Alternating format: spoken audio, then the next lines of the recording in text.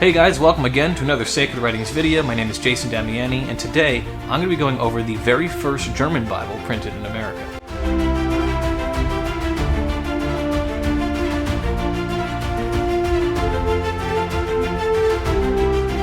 So the particular Bible that I have in my collection here is just a leaf from a Bible, but it was printed in the year 1743.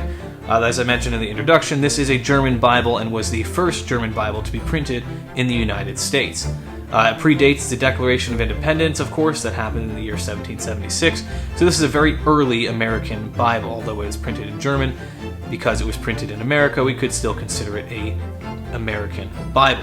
Now, the passage that is found on this particular leaf comes from the book of Numbers, specifically chapters 34 through 36. Now, these chapters broadly go over the boundaries of the land, list of tribal chiefs, cities for the Levites, cities of refuge, and marriage of female heirs. So, of course, there's a lot more going on in these chapters here, so I highly encourage and recommend you check those chapters out to get the full context of what's going on there. Now, who printed this particular leaf? Well, we know that this Bible, the 1743 German Bible, was printed by a man named Christopher Sauer. He was born in Germany in 1693 and died on September 25th, 1758 in Germantown, Pennsylvania. Christopher came to America with his wife and son in 1724.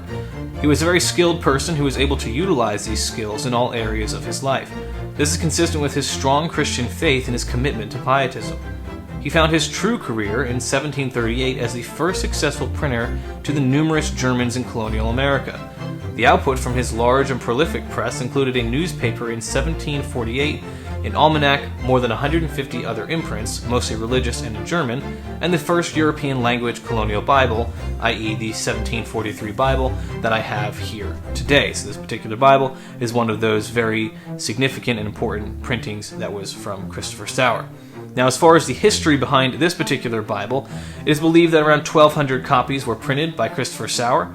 He was a man who loved the Lord and desired to live a moral life, and he sought to produce a Bible that his fellow Germans could read in their native tongue. He appealed to Germany, where Dr. Heydrich Luther provided him with the type in exchange for a presentation copy. It took him 3 years to complete the printing of the Bible. Sauer made every effort to promote the reading of the Scriptures. His asking price was 18 shillings, but he is quoted as saying that to the poor and needy we have no price.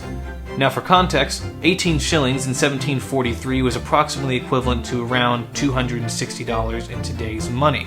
So that is a pretty expensive Bible, as you can imagine. Now, out of the 1,200 copies that were printed, it is estimated that only 120 copies remain in existence today, making copies of the 1743 edition of this German Bible quite scarce. So although it's not the rarest Bible, the fact that there's only about 120 of them in existence does make this a little bit more unique, and is just a cool feature about this particular leaf.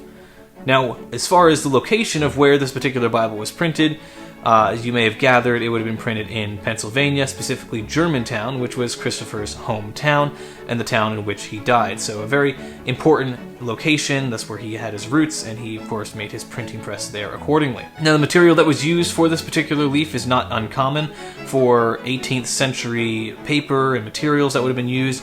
And so the common material would be cotton rag paper or linen paper. So this is very indicative of that time period. It's not the thickest cotton rag paper that I've seen. The Incunabula pretty much takes the cake for that. But this is still a fairly durable and nice paper. And the leaf is in generally good condition. There's some foxing on there, and of course foxing is just some brown spots here or there. But overall, the leaf's in great condition, and the material has held up very well since those few centuries ago. Now, I bought this particular leaf from the Tennessee Bible Museum from a good friend of mine, Gene Albert. I've mentioned him on my channel before. And since we're close friends, Gene cut me a deal and gave me a really good price on this particular Bible, so I ended up paying only $35 for this particular leaf. So $35 for a leaf like this is a very good price. Generally, you can probably get this leaf for $50 to $100, give or take, but overall, a nice leaf, but not the most expensive, and certainly not the most expensive in my collection. But that's all I really have for this particular Bible, so I appreciate you guys sticking it out to the end. Don't forget to subscribe to the channel to check out other videos and never miss one. If you could like the video, that'd be very helpful. Don't forget to check out those close-up shots at the end, and I'll see you in the next video.